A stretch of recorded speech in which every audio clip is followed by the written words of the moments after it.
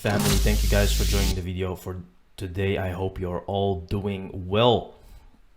So here we can see, guys, we have a lot of things to talk about. Here we can see Epi CEO says Europe ready for one digital wallet. Now, quick note on this, guys. When you look at all these banks, all these partners of Ripple, they are all doing the same thing, guys. They're creating one system because as of now, there is a huge problem, right? It's all scattered around. It's not one system. It's not one. You cannot have one wallet and make multiple payments with that digital wallet. It's all over the place, right? Because nothing is interoperable yet. But they are building that, guys, using distributed ledger technology.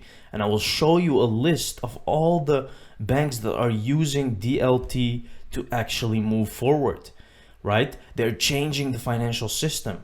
Right now, it's happening.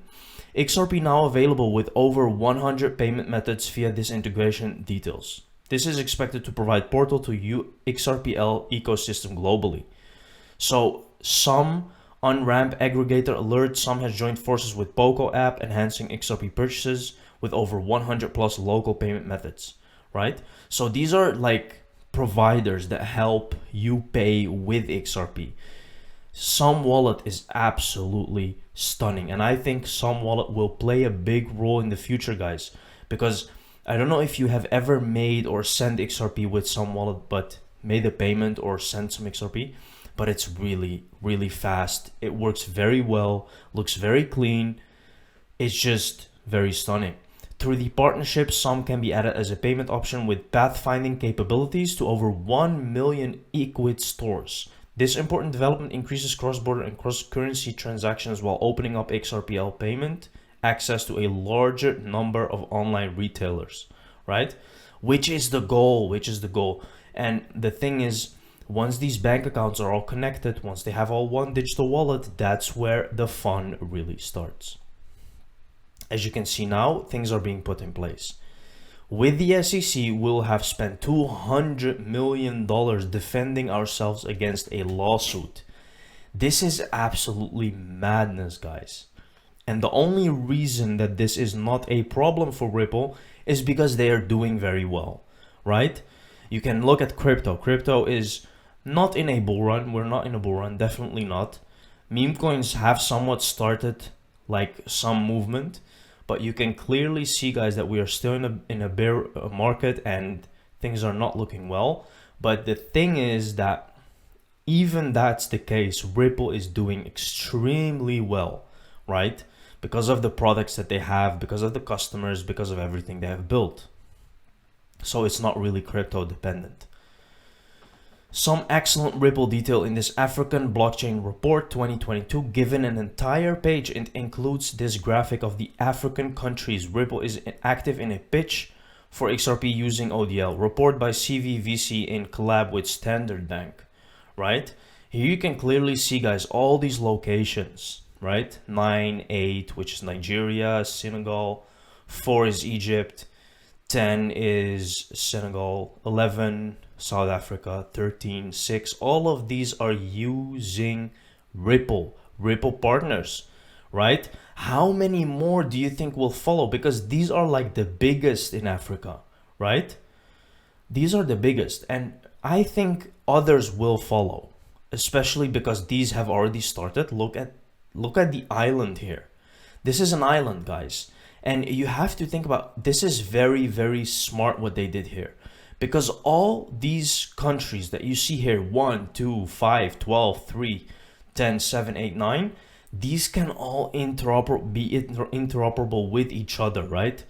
Very easily. So even if you travel from this country to that country, there is one system. You can make a payment even if you go to another country with your same infrastructure, which is insane. That doesn't exist, right?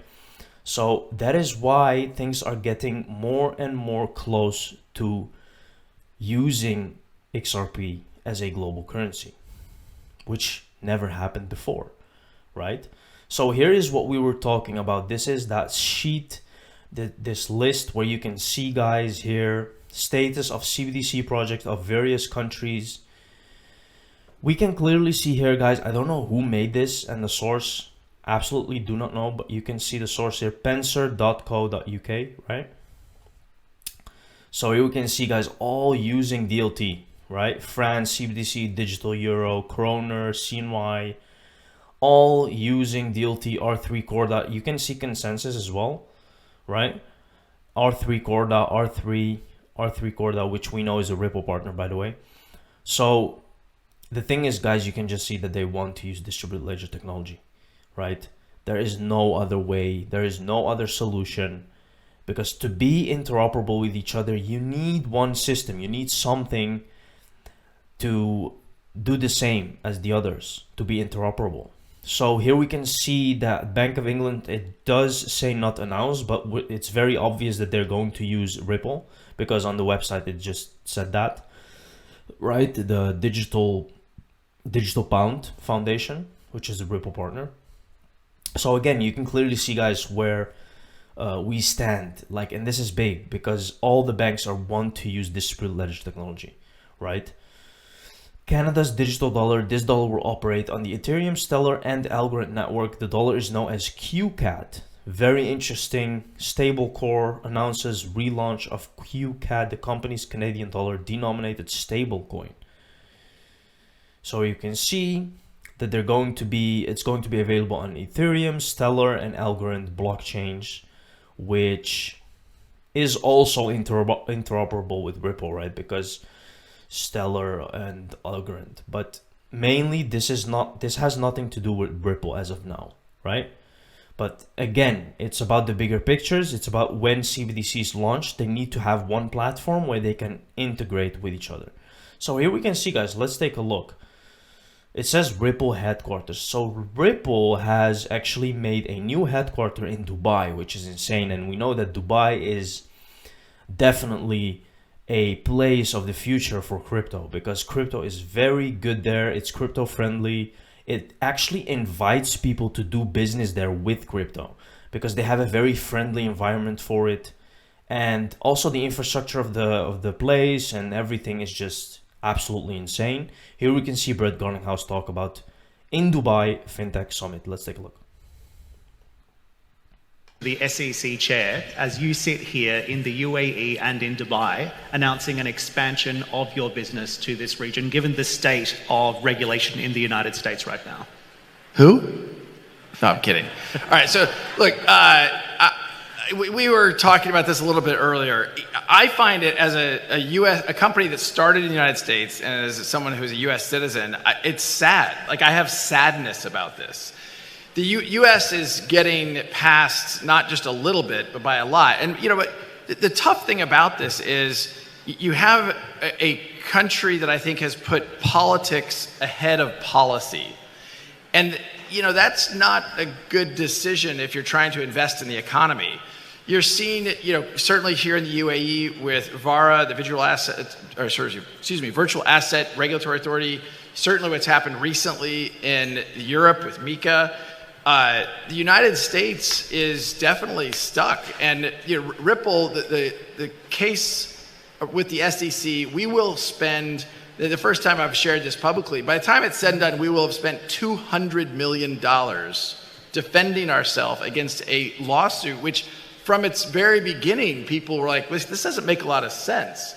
You have video footage of the chair of the SEC as a professor at MIT saying, 75% of these digital assets are commodities, and now he says they're all securities because he's the head of the SEC and he's seeking power, and he's putting power ahead of sound policy to grow an economy in the United States.